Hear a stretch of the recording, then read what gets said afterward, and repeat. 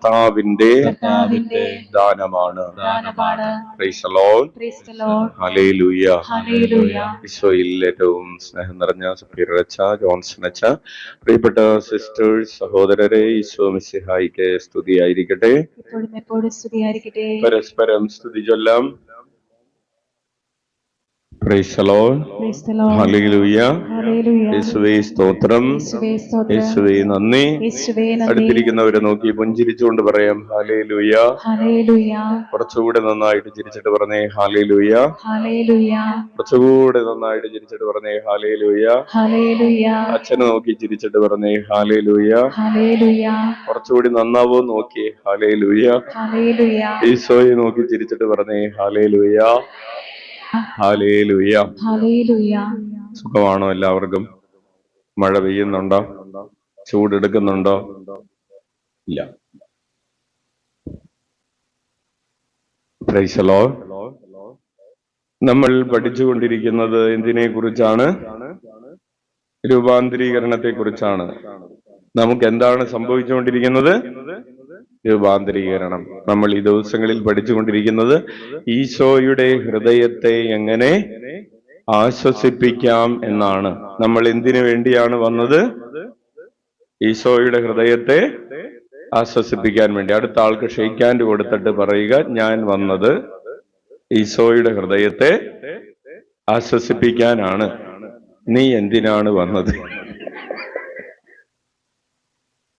Hallelujah. നമ്മളെല്ലാവരും എന്തിനു വന്നവരാണ്? ഈശോയുടെ ഹൃദയത്തെ ആശ്വസിപ്പിക്കാൻ അല്ലെ വണ്ടിക്കാശും കൊടുത്ത് വന്നവർ. ഹല്ലേലൂയ. അപ്പോൾ അമ്മ ത്രേസ്യ എന്തിനു വേണ്ടിയാണ് ഈ പാട് മുഴുവനും പെട്ടത്? ഈശോയുടെ ഹൃദയത്തെ ആശ്വസിപ്പിക്കണം. അമ്മ ത്രേസ്യ എന്തിനാണ് സഭ നവീകരിച്ചത്? ഈശോയുടെ ഹൃദയത്തെ ആശ്വസിപ്പിക്കണം. ചിന്തയുള്ളൂ. ഈശോയ്ക്ക് വളരെ കുറച്ച് കൂട്ടുകാരേ ഉള്ളൂ. ആ കൂട്ടുകാര് നല്ല കൂട്ടുകാരായിരിക്കണം.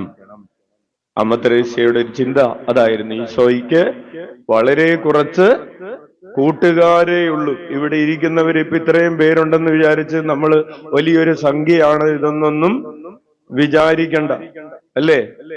ഫുട്ബോൾ കളി വന്നു നോക്കട്ടെ, ഇതിന്റെ 10 ഇരട്ടി ഉണ്ടാവില്ലേ? ഉണ്ടാവും. ഹല്ലേലൂയ. ഇപ്പൊ അവിടെ അപ്പുറത്ത് മെസ്സി വന്നു എന്ന് പറഞ്ഞു വിചാരിക്കേ, നിങ്ങൾ ആരെങ്കിലും ഇവിടെ ഉണ്ടാവോ? ഹല്ലേലൂയ. അപ്പോൾ ഈശോയ്ക്ക് വളരെ കുറച്ച് കൂട്ടുകാരേ ഉള്ളൂ, അല്ലേ? ഇപ്പൊ ഒരു ഉദാഹരണത്തിന് നമ്മൾ ഇപ്പൊ ഫ്ലെക്സ് ഒക്കെ മാറ്റി തുടങ്ങിയിട്ടുണ്ട്. 2 ആഴ്ച മുമ്പ് ഇവിടെ നിന്ന് നമ്മൾ എങ്ങോട്ട് വേണേലും പോയിക്കോ, ഈ ഫുട്ബോൾ കളിക്കുന്നവരുടെ 100 ഫ്ലെക്സ് ഉണ്ടായിരുന്നു, ഇല്ലേ? ഈശോയുടെ എത്ര ഫ്ലെക്സ് വെച്ചിട്ടുണ്ട്? എത്ര ഫ്ലെക്സ് എല്ലായിടത്തും കണ്ടായിരുന്നോ? ഈ കുട്ടികളൊക്കെ, നമ്മുടെ പിള്ളേര് ഇത് പൊളിച്ചു കഴിഞ്ഞപ്പോഴാണ് ഈ ഫ്ലെക്സ് വെച്ച ബോർഡിന്റെ വലിപ്പം മനസ്സിലാവുന്നത്. വലിയ മുളകള് എവിടെ നിന്നോണ്ടും വെട്ടിയെടുത്തോണ്ട് വന്ന് ഉറ്റിയിട്ട് വെച്ചിരിക്കാം, അത്രയും. അപ്പോൾ അത് ഒരറ്റം മുതൽ, കേരളത്തിന്റെ ഒരറ്റം മുതൽ മറ്റേ അറ്റം വരെ ഉണ്ട്, ഇല്ലേ? ഏതെങ്കിലും ഒരു നാടിന് പ്രത്യേകിച്ചല്ല, എല്ലായിടത്തും ഉണ്ട്. കളി നടക്കുന്നത് എവിടെയാണ്? അതുപോലും കളി നടന്നത് എവിടെയാണ്? അമേരിക്കയിലാണ് കളി നടന്നത്. ഹല്ലേലൂയ. അപ്പോൾ പറഞ്ഞു വരുന്നത്, ലോകത്തിന്റെ കാര്യങ്ങൾക്ക് പിറകെ പോകാൻ ഇഷ്ടം പോലെ ആളുകളുണ്ട്. ഈശോയുടെ സ്നേഹിതർ കുറച്ചു മാത്രമാണ്. അപ്പോൾ അമ്മ ത്രേസ്യ പറഞ്ഞു, ഈ കുറച്ച് സ്നേഹിതർ നല്ല സ്നേഹിതരായിരിക്കണം. അപ്പോൾ ആ നല്ല സ്നേഹിതരിൽ, ഈ കുറച്ച് സ്നേഹിതരിൽ ഈശോയ്ക്ക് യഥാർത്ഥത്തിൽ ആശ്വാസം കണ്ടെത്താൻ കഴിയണം. അതിനുവേണ്ടിയാണ് അമ്മ ത്രേസ്യ സഭ നവീകരിച്ചതും ബാക്കിയുള്ള കഷ്ടപ്പാടുകളിലൂടെയൊക്കെ കടന്നുപോയത്. അപ്പോൾ ഈ അമ്മ ത്രേസ്യ പറഞ്ഞു, മനുഷ്യരുടെ പാപങ്ങളും തണുപ്പൻ മനോഭാവവും അവിടുത്തെ ഹൃദയത്തെ വേദനിപ്പിക്കുന്നു. കഴിഞ്ഞ ആഴ്ച നമ്മൾ അതുമായി ബന്ധപ്പെട്ട വചനഭാഗങ്ങളാണ് വായിച്ചത്. മനുഷ്യന്റെ പാപങ്ങൾ ഈശോയുടെ ഹൃദയത്തെ വേദനിപ്പിക്കുന്നു. എന്ന് നമ്മെ ഓർമ്മിപ്പിക്കുന്ന വചനങ്ങൾ. അതുപോലെ മനുഷ്യന്റെ തണുപ്പൻ മനോഭാവങ്ങൾ ഈശോയുടെ ഹൃദയത്തെ വേദനിപ്പിക്കുന്നു. Hallelujah, hallelujah. അതുമായി ബന്ധപ്പെട്ട് ചില ഗാർഹിക ഉദാഹരണങ്ങൾ നമ്മൾ പറഞ്ഞു. ഒരാള് തല്ലുപിടിക്കുന്നത് മാത്രമല്ല നമ്മെ വേദനിപ്പിക്കുന്നത്, ഒരാൾ ഒരു സ്നേഹവും ഇല്ലാതെ ഇങ്ങനെ മുഖം വീർപ്പിച്ച് നടക്കുന്നതും നമ്മെ എന്ത് ചെയ്യുന്നു? വേദനിപ്പിക്കുന്നു. ഒരാള് വേദനിപ്പിക്കുന്ന ഒരു വാക്ക് പറഞ്ഞു, ദേഷ്യപ്പെട്ടു, അത് നമ്മുടെ ഹൃദയത്തെ വേദനിപ്പിച്ചു. അപ്പൊ നാം മിണ്ടാതിരുന്നത് സന്തോഷിപ്പിച്ചോ? ഇല്ല, അതിൽ കൂടുതൽ വേദനയുണ്ടാക്കി. ഹല്ലേലൂയ. അപ്പോൾ അതൊക്കെയാണ് നമ്മൾ കഴിഞ്ഞ ആഴ്ച പറഞ്ഞത്. എന്നിട്ട് പറഞ്ഞു ഈശോ വേദനിച്ചതിന്റെ ചില ഉദാഹരണങ്ങൾ.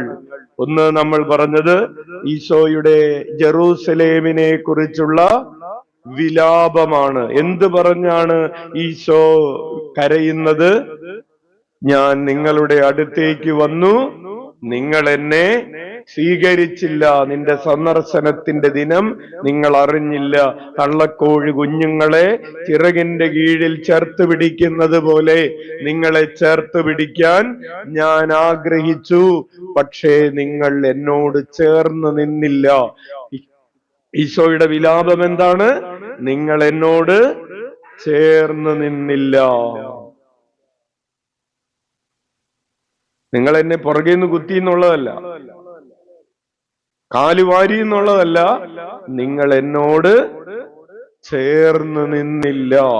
Hallelujah, hallelujah. അല്ലെ, നമുക്കും കുടുംബത്തിൽ ചില സഹോദരങ്ങൾ വന്നിട്ട് പറയാറുണ്ട്, അച്ഛാ ഞാൻ അവിടെ കെട്ടിക്കേറി ചെന്നെങ്കിലും എന്നെ അവരൊരു മകളായിട്ടോ മരുമകളായിട്ടോ അംഗീകരിക്കാൻ തയ്യാറല്ല, അവരെന്നോട് ചേർന്ന് നിൽക്കുന്നില്ല.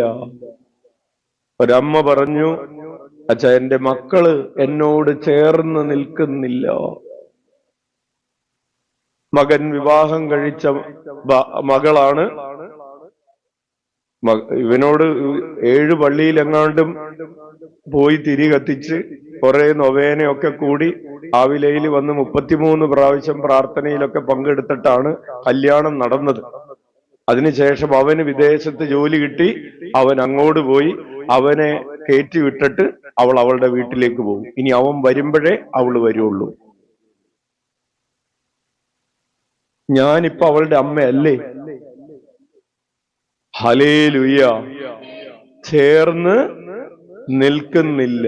അവൾക്ക് ഭർത്താവ് മാത്രം മതി. ഭർത്താവ് വന്നാ ഞാൻ വരാന്ന് പറഞ്ഞിരിക്കുകയാണ്.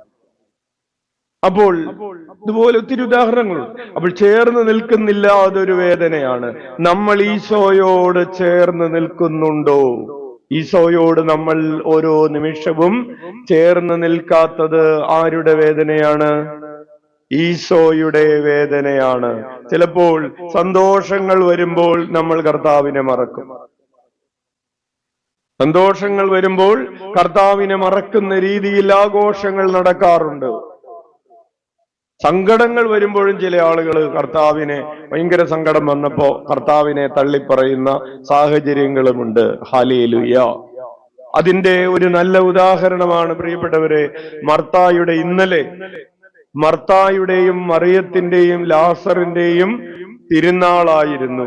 മർത്തായും മറിയവും ലാസറും എല്ലാ സമയങ്ങളിലും ഈശോയോട് ചേർന്ന് നിന്നവരാണ്. കൈയടിച്ച് കർത്താവിനെ നന്ദി പറയാം.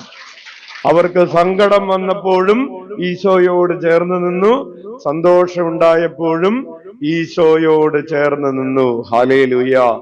അതുകൊണ്ട് അവരുടെ ഭവനം ഈശോയ്ക്ക് ഒരു ഇത്തിരി സ്വസ്ഥത കിട്ടുന്ന ഒരു ഭവനമായിരുന്നു.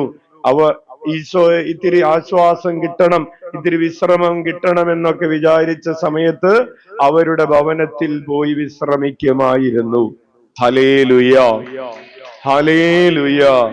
അപ്പോൾ അച്ഛന്റെ ചോദ്യം, നിന്റെ വീട് ഈശോയ്ക്ക് സ്വസ്ഥത കൊടുക്കുന്ന ഒരു ഭവനമാകുമോ?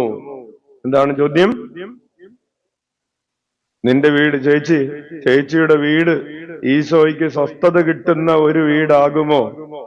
ഇങ്ങനെ തല ആട്ടുന്നുണ്ട്, എന്താണ് അർത്ഥം എന്നാവോ? ആ ആട്ടലിന്റെ അർത്ഥം, അച്ഛാ എനിക്ക് തന്നെ സ്വസ്ഥത കിട്ടുന്നില്ല. പിന്നെ എന്റെ വീട്ടില് എനിക്ക് തന്നെ ഒരു സ്വൈര്യം. ഹല്ലേലൂയ. ആ അർത്ഥത്തിലാണ് ഇതിങ്ങനെ തലാട്ടി. ഈശോയ്ക്ക് സ്വസ്ഥത കിട്ടുമോ? ചേച്ചി ഒന്നും കേൾക്കുന്നില്ലേ? Price the Lord.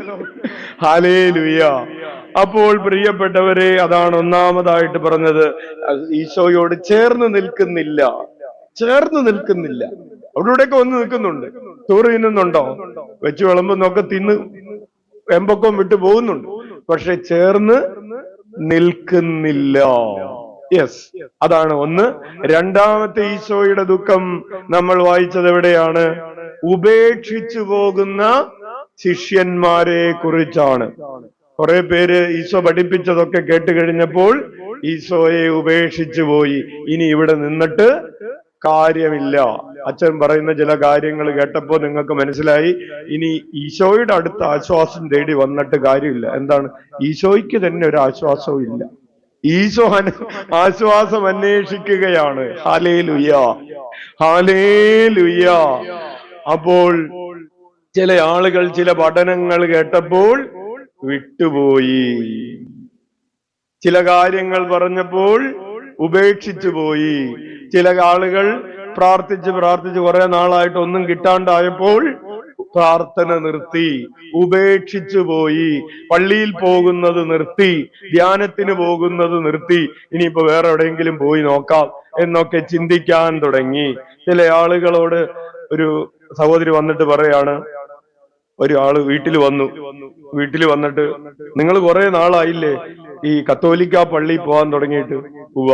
എന്നിട്ട് നിങ്ങളുടെ കാര്യങ്ങളൊക്കെ പ്രശ്നങ്ങളൊക്കെ മാറിയോ? ഇല്ല. നിങ്ങളൊന്ന് എംബററിൽ ഒന്ന് വന്ന് നോക്ക്, ഒന്ന് ചേർന്ന് നോക്ക്. എന്നിട്ട് കിട്ടിയില്ലെങ്കിൽ വേണ്ട, കാശ് തിരിച്ച. അങ്ങനെ വിളിച്ചു കൂട്ടിക്കൊണ്ടുപോകുന്ന സാഹചര്യങ്ങളുണ്ട്. ഹല്ലേലൂയ. അച്ഛൻ അടുത്തിടെ കേട്ട ഒരു സങ്കടകരമായ ഒരു കാര്യം, ഒരു സിസ്റ്ററിനോട് ഇങ്ങനെ ആരോ ചെന്ന് പറഞ്ഞു, ഒരു കന്യാസ്ത്രീയോട്. ഓക്കെ, അപ്പൊ സിസ്റ്ററിന് തോന്നി, എന്നാ ശരി ഒന്ന് പോയി നോക്കിക്കളയാം എന്ന് പറഞ്ഞ് സിസ്റ്റർ എംബററിയിൽ പോയി. പിന്നെ അവരവിടുന്ന് വിടുന്നില്ല. തമാശയായിട്ട് പറഞ്ഞു, തമാശ ചിരിക്കാൻ വേണ്ടി പറഞ്ഞ. അപ്പോൾ ആത്മായ വിശ്വാസികളായിട്ടുള്ള നമുക്ക് എത്രമാത്രം ജാഗ്രത ഉണ്ടാകണം. ഇനി നാളെ അച്ഛന്മാര് പോയിന്ന് കേട്ടാലും, അതായത് വഴിതെറ്റിക്കാൻ നടക്കുന്ന പിശാച് അലറുന്ന സിംഹത്തെ പോലെ. സിംഹത്തിന് സിസ്റ്ററെന്നാണോ അച്ഛനെന്നാണോ വല്ല വ്യത്യാസം ഉണ്ടോ? അത് നോക്കിയിട്ടാണോ കടിച്ചു കീറുന്നത്? ഇല്ല. അപ്പോൾ ഹല്ലേലൂയ, ഹല്ലേലൂയ. പ്രിയപ്പെട്ടവരെ, ലോകത്തിന്റെ ചതിക്കുഴികളുണ്ട്. അപ്പോൾ ഈശോ വിഷമിക്കുകയാണ്, ഈശോയെ ഉപേക്ഷിച്ചു പോയി. Price the Lord, hallelujah. പ്രാർത്ഥന ഉപേക്ഷിച്ചു, കൂട്ടായ്മ ഉപേക്ഷിച്ചു, ദൈവവിളി ഉപേക്ഷിച്ചു പോയവർ. ഇനി മൂന്നാമതായി, ഇത് രണ്ടുമാണ് ഈശോയെ വിഷമിപ്പിക്കുന്ന രണ്ട് കാര്യങ്ങളായി കഴിഞ്ഞ ആഴ്ചയിൽ നമ്മൾ പ്രത്യേകം എടുത്തു പറഞ്ഞത്. മൂന്നാമതായി ഈശോ വിഷമിക്കുന്ന ഒരു കാര്യം ഹൃദയകാഠിന്യത്തെ കുറിച്ചുള്ള സങ്കടമാണ്. ഈശോയുടെ ആശ്വാസത്തെ കുറിച്ച് പറയുന്നതിന് മുമ്പ് നമ്മൾ ഈശോയുടെ സങ്കടങ്ങളെ കുറിച്ച് പറയുന്നു എന്നുള്ളൂ. മർക്കോസിന്റെ സുവിശേഷം 3-ാം അധ്യായം 5-ാമത്തെ തിരുവചനം എടുക്കാം. മർക്കോസിന്റെ സുവിശേഷം 3-ാം അധ്യായം 5-ാമത്തെ തിരുവചനം. അവരുടെ ഹൃദയകാഠിന്യത്തിൽ ദുഃഖിച്ച് അവരെ ക്രോധത്തോടെ നോക്കിക്കൊണ്ട് യേശു അവനോട് പറഞ്ഞു, കൈ നീട്ടുക. അവൻ കൈ നീട്ടി, അത് സുഖപ്പെട്ടു. ഹല്ലേലൂയ. അതിന്റെ ഒരു പശ്ചാത്തലം, പ്രിയപ്പെട്ടവരെ, കൈ ശോഷിച്ചിരിക്കുന്ന ഒരാള് ഞായറാഴ്ച പ്രാർത്ഥിക്കാൻ വന്നിരിക്കുകയാണ്, അല്ലെങ്കിൽ സാബത്ത് ദിവസം. യഹൂദർക്ക് ശനിയാഴ്ചയാണ് സാബത്ത്. അപ്പോൾ അങ്ങനെ ആ സാബത്ത് ദിവസം പ്രാർത്ഥിക്കാൻ വന്നിരിക്കുകയാണ്. പ്രാർത്ഥിക്കാൻ വന്ന സമയത്ത് എന്ത് സംഭവിച്ചു? ഇവരിങ്ങനെ പ്രാർത്ഥിച്ചു. ഈശോ കണ്ടു ഒരാളുടെ കൈ ശോഷിച്ചിരിക്കുകയാണ്. ഞായറാഴ്ചയാണ്. അപ്പൊ അവര് പറഞ്ഞിരിക്കുന്നത് ഞായറാഴ്ച ഒരാൾക്ക് സൗഖ്യം കൊടുക്കാൻ പാടില്ല. അപ്പൊ ഈശോ ചോദിച്ചു, സാപത്തിൽ നന്മ ചെയ്യുന്നതാണോ തിന്മ ചെയ്യുന്നതാണോ ഉചിതം? അവർക്കെല്ലാവർക്കും അറിയാം എന്ത്? നന്മ ചെയ്യുന്നതാണ് ഉചിതമെന്ന് എല്ലാവർക്കും അറിയാം. എല്ലാവർക്കും അറിയാം ഇത് ഇയാളെ സുഖപ്പെടുത്തുന്നതാണ് നല്ല കാര്യം, നന്മ ചെയ്യുന്നതാണ് ഉചിതം എന്ന്. പാപത്തിൽ മാത്രമല്ല, എല്ലാ ദിവസവും എന്ത് ചെയ്യുന്നതാണ് ഉചിതം? നന്മ ചെയ്യുന്നതാണ് ഉചിതം. പക്ഷെ അവര് മിണ്ടുന്നില്ല. നന്മ ചെയ്യുന്നതാണ് ഉചിതമെന്ന് പറയുമ്പോൾ ഈശോ ഇയാളുടെ കൈ സുഖപ്പെടുത്തും. പിന്നെ ഇവർക്കൊന്നും പറയാൻ പറ്റില്ലല്ലോ. അപ്പൊ അതുകൊണ്ട് ഇവർ ഈശോയിൽ കുറ്റം കണ്ടുപിടിക്കാൻ പരിശ്രമിച്ചു കൊണ്ടിരിക്കുന്ന ഹൃദയകാഠിന്യം, നന്മ ചെയ്യുന്നതാണ് ഉചിതമെന്ന് ഉറക്കെ പറയാൻ ഒരാളുമില്ല. അവർ ഹൃദയം കഠിനമാക്കിയിരിക്കുകയാണ്. നന്മയെ നന്മയെന്ന് പറയാനും തിന്മയെ തിന്മയെന്ന് പറയാനുമുള്ള ആ സരള ഹൃദയമില്ല.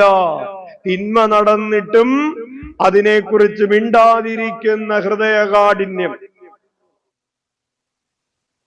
തിന്മ നടക്കുകയാണ്, തിന്മ പെരുകുകയാണ്, മിണ്ടേണ്ടവർ മിണ്ടുന്നില്ല എന്ന് പറയുന്ന ഹൃദയകാഠിന്യം. Hallelujah, hallelujah. അല്ലെങ്കിൽ നന്മ സംഭവിച്ചു കൊണ്ടിരിക്കുകയാണ്, അത് നന്മയാണ്, അതിന് സപ്പോർട്ട് ചെയ്യണമെന്ന് പറയാനായിട്ടുള്ള ആർജവമില്ലാത്ത ഹൃദയകാഠിന്യം. ഹല്ലേലൂയ. ആ ഹൃദയകാഠിന്യം ഈ ദിവസങ്ങളിലൊക്കെ നമ്മൾ കണ്ടതാണ്. ഡൽഹിയിലൊക്കെ വിദ്യാർത്ഥി സമരവുമായി ബന്ധപ്പെട്ട് അഭിപ്രായം പോലും പറയുമ്പോൾ ചില ഹൃദയകാഠിന്യം നമ്മൾ കണ്ടതാണ്. യെസ്, മതി. അപ്പോൾ ഈശോ അവരുടെ ഹൃദയകാഠിന്യത്തിൽ ദുഃഖിക്കുകയാണ്. അച്ഛൻ ചോദിക്കട്ടെ, നമ്മൾ ഹൃദയം കഠിനമാക്കാറുണ്ടോ? നന്മ ചെയ്യുന്നതിന് സപ്പോർട്ട് കൊടുക്കാതെ, തിന്മ ചെയ്യുമ്പോ അതിനെതിരെ സംസാരിക്കാതെ ഹൃദയം കഠിനമാക്കുന്ന ഒരു ഹൃദയമാണെങ്കിൽ നമ്മുടെ ഹൃദയത്തെ നോക്കി ഈശോ ദുഃഖിക്കും. Hallelujah, hallelujah. എന്ത് തിന്മ ചെയ്താലും അതിനെ സപ്പോർട്ട് ചെയ്യുന്ന അധികാരത്തോടുള്ള അടിമത്വത്തിന്റെ വിധേയത്വത്തെ കുറിച്ച് 2 ദിവസം മുമ്പ് മനോരമ എഡിറ്റോറിയൽ എഴുതിയിരുന്നു. അധികാരികൾ ചിലപ്പോൾ തിന്മ ചെയ്യുമ്പോൾ അതിനെ സപ്പോർട്ട് ചെയ്യുന്ന ഉദ്യോഗസ്ഥ വൃന്ദങ്ങൾ അധികാരത്തോടുള്ള അമിതമായ അടിമത്വത്തെയാണ് സൂചിപ്പിക്കുന്നതെന്ന്. ഹല്ലേലൂയ. അപ്പോൾ എത്ര കണ്ടാലും എത്ര കേട്ടാലും വിശ്വസിക്കാൻ തയ്യാറാകാത്ത കുറെ മനുഷ്യരുണ്ട്. എത്ര കണ്ടാലും എത്ര കേട്ടാലും വിശ്വസിക്കാൻ തയ്യാറല്ലാത്ത ഹൃദയകാഠിന്യമുള്ള മനുഷ്യർ. എത്ര സാക്ഷ്യം കേട്ടാലും നമ്മൾ വിചാരിക്കും സാക്ഷ്യം കേൾക്കുമ്പോ ഈ വിശ്വാസം ഇല്ലാത്തവർക്ക് വിശ്വാസം ഉണ്ടാവുന്നു, അല്ലേ? കുഞ്ഞിന്റെ തല ഉദരത്തിൽ വെച്ച് ചെറുതായിരുന്നു, പ്രാർത്ഥിച്ചു, കുഞ്ഞ് ജനിച്ചു, കുഞ്ഞ് ജനിച്ചപ്പോൾ നോർമലായി ജനിച്ചു എന്ന സാക്ഷ്യം കേട്ടപ്പോൾ ഹൃദയകാഠിന്യമുള്ള ഒരാൾ പറയുകയാണ്, സ്കാൻ ചെയ്തപ്പോ തെറ്റിപ്പോയതായിരിക്കും. Hallelujah, hallelujah. ഹൃദയകാഠിന്യമുള്ളവർക്ക് എത്ര സാക്ഷ്യം കേട്ടാലും കാര്യമില്ല. അപ്പോൾ അതിനെയാണ് ഈശോ, അതിനെ ഓർത്ത് ഈശോ എന്ത് ചെയ്യുകയാണ്? വിഷമിക്കുകയാണ്. ഹൃദയകാഠിന്യം, അവരൊന്നും സ്വീകരിക്കാൻ തയ്യാറാകുന്നില്ല. ചിലരുടെ മനസ്സിൽ ചില ഹൃദയകാഠിന്യം കയറും. കുടുംബജീവിതത്തില് ഒരു സഹോദരിക്ക് ഹൃദയകാഠിന്യം കയറിയിട്ട് ഇങ്ങനെ ഉറപ്പിച്ചു, എന്റെ ഭർത്താവിന് അവിഹിത ബന്ധമുണ്ട്. ഒരു സഹോദരിക്ക് ഉറപ്പാണ്. എന്താണ് തെളിവുള്ളത്? എനിക്ക് തെളിവുണ്ട്. എന്താണ് തെളിവ്? അതെ, എന്റെ അടുത്ത് വരുമ്പോ പുള്ളിക്കാരന് ഒരു ഉഷാറില്ല. Hallelujah, hallelujah. അപ്പോൾ അതുകൊണ്ട് ഈ സഹോദരി വിചാരിക്കുകയാണ്, എന്റെ ഭർത്താവിന് 10 പേരോട് ഹൃദയകാഠിന്യമാണ്. അങ്ങനെ ഹൃദയകാഠിന്യം മൂലം കുടുംബജീവിതം കുട്ടിച്ചോറാക്കുന്ന ആളുകളുണ്ട്. Hallelujah, hallelujah. അപ്പോൾ പ്രിയപ്പെട്ടവരെ, ഹൃദയകാഠിന്യം എന്ന് പറയുന്ന ഒരു തിന്മ. മർക്കോസിന്റെ സുവിശേഷം 16-ാം അധ്യായം 14-ാമത്തെ തിരുവചനം. മർക്കോസിന്റെ സുവിശേഷം 16-ാം അധ്യായം 14-ാമത്തെ തിരുവചനത്തിൽ ശിഷ്യന്മാരുടെ ഹൃദയകാഠിന്യത്തെ കുറിച്ച് ഈശോ വിഷമിക്കുകയാണ്. വായിക്കാം. പിന്നീട് അവർ 11 പേർ ഭക്ഷണത്തിനിരിക്കുമ്പോൾ അവൻ അവർക്ക് പ്രത്യക്ഷപ്പെട്ടു. ഉയർപ്പിക്കപ്പെട്ടതിന് ശേഷം തന്നെ കണ്ടവരെ വിശ്വസിക്കാത്തത് നിമിത്തം അവരുടെ വിശ്വാസരാഹിത്യത്തെയും ഹൃദയകാഠിന്യത്തെയും അവൻ കുറ്റപ്പെടുത്തി. ഹല്ലേലൂയ. വിശ്വസിക്കാത്ത, പറഞ്ഞത് കേട്ടത് വിശ്വസിക്കാത്ത ഹൃദയകാഠിന്യത്തെ ഈശോ കുറ്റപ്പെടുത്തുകയാണ്. ഹല്ലേലൂയ. ഹോസിയ പ്രവചനം ഹോസിയ പ്രവാചകൻ പുസ്തകം 11-ാം അധ്യായം 7-ഉം 8-ഉം തിരുവചനങ്ങൾ. ഹോസിയ പ്രവചനം അധ്യായം 11, 7-ഉം 8-ഉം തിരുവചനങ്ങൾ വായിക്കാം. എന്റെ ജനം എന്നെ വിട്ടകലാൻ തിടുക്കം കാട്ടുന്നു, അതുകൊണ്ട് അവർക്ക് നുകം വച്ചിരിക്കുന്നു, ആരും അത് എടുത്തു മാറ്റുകയില്ല. എഫ്രായിം, ഞാൻ നിന്നെ എങ്ങനെ ഉപേക്ഷിക്കും? ഇസ്രായേൽ, ഞാൻ നിന്നെ എങ്ങനെ കൈവിടും? ഞാൻ നിന്നെ എങ്ങനെ ആത്മായെ പോലെയാക്കും? സെബോയിമിനോട് എന്ന പോലെ നിന്നോട് എങ്ങനെ പെരുമാറും? എന്റെ ഹൃദയം എന്നെ വിലക്കുന്നു, എന്റെ അനുകമ്പ ഊഷ്മളവും ആർദ്രവുമായിരിക്കുന്നു. ഈശോ പറയുന്നത്, ജനം എന്നെ വിട്ടകലാൻ തിടുക്കം കാണിക്കുന്നു. അതൊരു ഹൃദയകാഠിന്യമാണ്. ഹല്ലേലൂയ. അപ്പോൾ പ്രിയപ്പെട്ടവരെ, നമ്മൾ ഹൃദയം കഠിനമാക്കുമ്പോ അത് കുടുംബ ജീവിതത്തിലാകാം, വിശ്വാസ ജീവിതത്തിലാകാം, അത് ഈശോയെ വേദനിപ്പിക്കുന്നു. ചില ആളുകൾ പാപം ചെയ്യാൻ വേണ്ടി തീരുമാനിച്ചുറപ്പിച്ച് ഹൃദയം കഠിനമാക്കുന്നു. ഞാൻ മാനസാന്തരപ്പെടുകയില്ല, ഞാൻ പാപം ഉപേക്ഷിക്കുകയില്ല, ഞാൻ തിന്മ ഉപേക്ഷിക്കുകയില്ല, ഞാൻ മൊബൈൽ അഡിക്ഷൻ ഉപേക്ഷിക്കുകയില്ല, ഞാൻ മദ്യം ഉപേക്ഷിക്കുകയില്ല. അവര് തീരുമാനിച്ചുറപ്പിച്ചിരിക്കുകയാണ്. എന്നോട് ഇത് ഉപേക്ഷിക്കാൻ പറയണ്ട, ഞാൻ ഇത് മാറ്റം വരുത്തുകയില്ല. Price the Lord. അടുത്തതായി അച്ഛൻ ഓർക്കാണ്, അച്ഛൻ കഴിഞ്ഞ ദിവസം നടക്കാൻ പോയപ്പോൾ 2 പിള്ളേര് വന്നിട്ട് പറഞ്ഞു, അച്ഛാ ഒന്ന് സഹായിക്കാവോ? 6-ാം ക്ലാസ്സിൽ പഠിക്കുന്ന കൊച്ചുങ്ങളാണ്. എന്ത് സഹായമാണ് വേണ്ടത്? ഞങ്ങളുടെ അച്ഛന്റെ കള്ളുകൂടി ഒന്ന് മാറ്റിത്തരാമോ? വിളിക്കാൻ പറഞ്ഞു. നമ്മൾ വരാൻ പറഞ്ഞു. ചേട്ടൻ വന്നപ്പോ തന്നെ ചേട്ടൻ ജാമ്യം എടുത്തിട്ട് പറഞ്ഞു, ഞാൻ ഇത്തിരി കുടിച്ചിട്ടുണ്ടെന്ന് പറഞ്ഞു. ശരി. അപ്പോൾ എത്ര രൂപക്കാണ് കുടിച്ചിരിക്കുന്നത്? 150 രൂപക്കാണ് കുടിച്ചത്. എല്ലാ ദിവസവും കുടിക്കും 150 രൂപക്ക്. അപ്പോൾ ഒരു മാസം 150 രൂപക്ക് എല്ലാ ദിവസവും കുടിച്ചാൽ എത്ര രൂപക്കാവും? 4500 രൂപയാവും. അങ്ങനെ കുടിച്ചുകൊണ്ടേയിരിക്കുകയാണ്, ഒരു മാറ്റവും. പക്ഷെ ഞായറാഴ്ച പുള്ളി വൈകുന്നേരമല്ല കുടിക്കുന്നത്, പണിയില്ലാത്തത് കൊണ്ട് കാലത്ത് തന്നെ കുടിക്കും. ഹല്ലേലൂയ.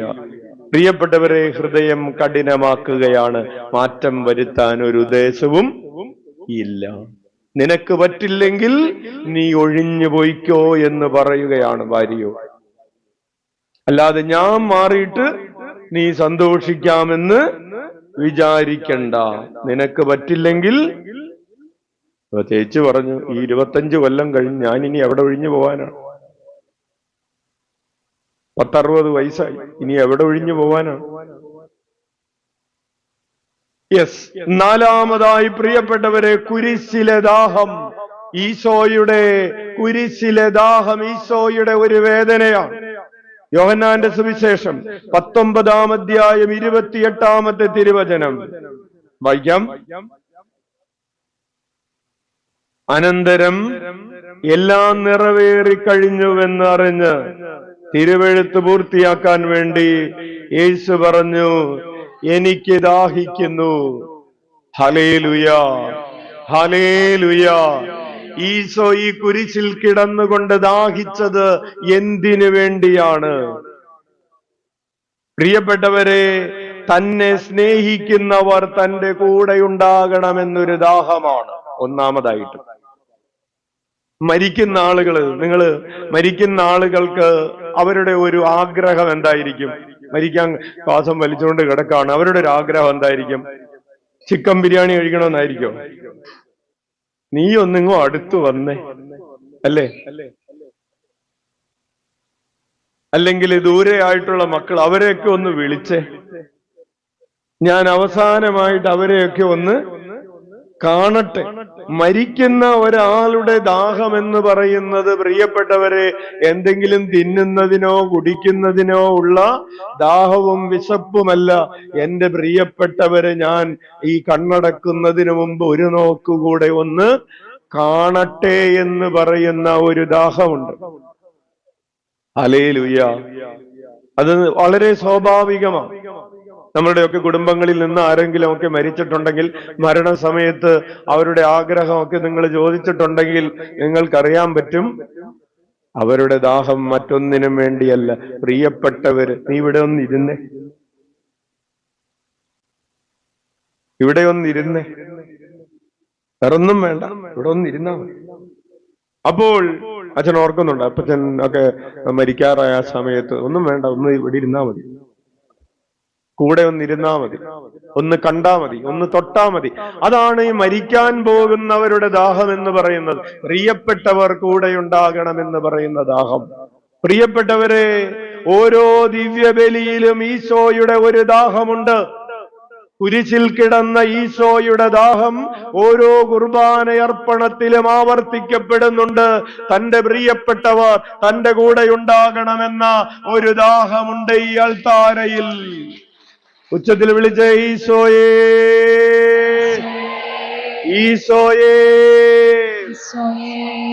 ഈശോയെ സംബന്ധിച്ച് മരിക്കാൻ കിടക്കുമ്പോ ഒരു കുറച്ചു മണിക്കൂറുകൾക്ക് മുൻപ് ഗത്സമീൻ തോട്ടത്തിൽ കൂടെ ഉണ്ടായിരുന്നവർ, 3 വർഷം തന്റെ ചങ്കോട് ചങ്ക് ചേർത്ത് പിടിച്ചുകൊണ്ട് നടന്നവർ, ഒരേ പാത്രത്തിൽ നിന്നുണ്ടവർ, ഒരു പായയിൽ കിടന്നുറങ്ങുന്നവർ, ഈ മരിക്കാൻ നേരത്ത് കുരിശിന്റെ താഴെ നോക്കുമ്പോ ഒരാളും ഇല്ലെന്നേ. അപ്പോ പ്രിയപ്പെട്ടവര് കൂടെയില്ല, പ്രിയപ്പെട്ടവര് കൂടെയില്ല. ആത്മാക്കൾ നഷ്ടപ്പെടുന്നത് ഈശോയെ വേദനിപ്പിക്കുന്നു. തന്നെ സ്നേഹിക്കുന്നവര് കൂടെ ഉണ്ടാകണം.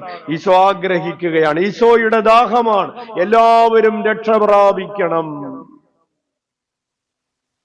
തന്നിൽ നിന്ന് തന്റെ പ്രിയപ്പെട്ടവർ അകന്നു പോകുന്നത് ഒരു ദിവ്യബലിയുടെ അർപ്പിക്കപ്പെടുമ്പോൾ ആ ദിവ്യബലിയിൽ പങ്കെടുക്കാൻ കഴിയുമായിരുന്നവർ ഒരു സ്നേഹവുമില്ലാതെ, ഒരു കരുതലുമില്ലാതെ തൊട്ടപ്പുറത്ത് വീട്ടിൽ അലസമായി കിടന്നുറങ്ങുന്നത് ഈശോയെ വേദനിപ്പിക്കുന്നുണ്ടെന്നറിയണം.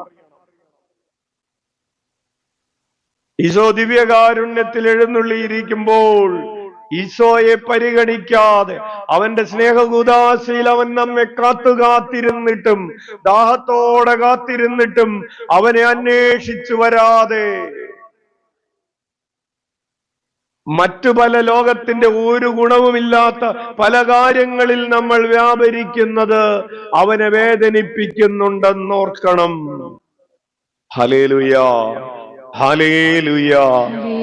പ്രിയപ്പെട്ടവരെ, ഈശോയുടെ കുരിശിലെ ദാഹം തീർന്നിട്ടില്ല. ഈശോയുടെ കുരിശിലെ ദാഹം അവസാനിച്ചിട്ടില്ല. ഓരോ ദിവസവും അൾത്താരയിൽ ആ അപ്പം മുറിക്കപ്പെടുമ്പോൾ ഒരു നിലവിളിയുണ്ട്, എനിക്ക് ദാഹിക്കുന്നു. തിന്നാനും കുടിക്കാനുമുള്ള ദാഹമല്ല, സ്വയം നൽകാനുള്ള, സ്നേഹിക്കാനുള്ള, സ്നേഹിക്കപ്പെടാനുള്ള ദാഹമാണെന്നേ. നിന്നെ ഒരു നോക്കൊന്ന് കാണാനുള്ള ദാഹമാണ്, നിന്റെ അടുത്തിരിക്കാനുള്ള ദാഹമാണ്, നീ എന്റെ അടുത്തൊന്നിരിക്കണമെന്ന സ്നേഹത്തിന്റെ ദാഹമാണ്. സ്നേഹത്തിന് വേണ്ടി ദാഹിക്കുകയാണ്. ഉച്ചത്തിൽ വിളിക്കാം, ഈശോയേ, ഈശോയേ. നമുക്കറിയാലോ, സമരിയാക്കാരി സ്ത്രീയോട് ഈശോ പറഞ്ഞില്ലേ, എനിക്ക് കുടിക്കാൻ തരിക എന്ന് പറഞ്ഞില്ലേ? എപ്പോഴാണ് ഈശോയുടെ ആ ദാഹം മാറിയത്? ആ സമരിയാക്കാരി സ്ത്രീ കുറെ വെള്ളം കോരി ഈശോയ്ക്ക് കുടിക്കാൻ കൊടുത്തപ്പോഴാണോ ദാഹം മാറിയത്? കുടിക്കാൻ തരിക എന്ന് പറഞ്ഞവൻ ഒടുവിൽ പറയുന്നു, എനിക്ക് തൃപ്തിയായി, എന്റെ ദാഹവും വിശപ്പും മാറി. അവ ശിഷ്യന്മാര് ചോദിച്ചു, നിനക്ക് ആരെങ്കിലും എന്തെങ്കിലും കൊണ്ടേ തന്നു? കൊക്കക്കോള, പെപ്സി എപ്പോഴാണെന്നറിയാവോ ഈശോ എന്റെ ദാഹം മാറി എന്ന് പറഞ്ഞത്? ഈ സമരിയാക്കാരി തന്റെ കുടവും തൊട്ടിയും ഒക്കെ അവിടെ വെച്ചിട്ട് തന്റെ നാട്ടില് ദേശത്ത് ചെന്ന് എല്ലാവരോടും പറഞ്ഞു, എന്നെ കുറിച്ചെല്ലാം പറഞ്ഞവൻ അവിടെ കിണറ്റിൻകരയിലുണ്ട് എന്ന് പറഞ്ഞ്, അവൻ രക്ഷകനാണ്, അവൻ മിശിഹായാണെന്ന് പറഞ്ഞ് എല്ലാവരെയും അവന്റെ അടുക്കലേക്ക് കൂട്ടിക്കൊണ്ടുവരികയാണ്. ഈശോ ആ കാഴ്ച അവിടെ നിന്ന് ദൂരെ നിന്ന് ആ കാഴ്ച കാണുകയാണ്. ആ കാഴ്ച കണ്ടപ്പോൾ ശിഷ്യന്മാരോട് പറഞ്ഞു, എന്റെ പിതാവിന്റെ ഹിതം നിറവേറ്റുന്നതാണ് എന്റെ ഭക്ഷണം. എന്റെ ഭക്ഷണം എനിക്ക് കിട്ടിക്കഴിഞ്ഞു, എന്റെ ദാഹം എനിക്ക് മാറി, എനിക്കിനി ദാഹമില്ല, ഞാൻ തൃപ്തനായി എന്ന് പറയുകയാണ്. ആയിരങ്ങൾ ഈശോയുടെ അടുക്കലേക്ക് സമരിയാക്കാര് കൂട്ടിക്കൊണ്ടുവരികയാണ്. സമരിയാക്കാരി സ്ത്രീ ഈശോയ്ക്ക് കൊടുത്ത വെള്ളം ഏതായിരുന്നു? ആത്മാക്കളുടെ ജലമാണ്. ഈശോ അവളോട് പറഞ്ഞു, എനിക്ക് ദാഹിക്കുന്നു. അവള് പോയി ആളുകളെ കൂട്ടിക്കൊണ്ടുവന്നു. ഈശോയുടെ അൾത്താരയിലുള്ള ദാഹം മാറ്റാൻ കുഞ്ഞെ നീ എന്ത് ചെയ്യുന്നുണ്ട്? നീ എത്ര പേരെ ഈശോയിലേക്ക് കൂട്ടിക്കൊണ്ടുവരുന്നുണ്ട്? എത്ര പേരുടെ മാനസാന്തരത്തിന് നിന്റെ ജീവിതം കാരണമാകുന്നുണ്ട്? പലരും ചിന്തിക്കുന്നത്, ഞാൻ പോയാ മതി,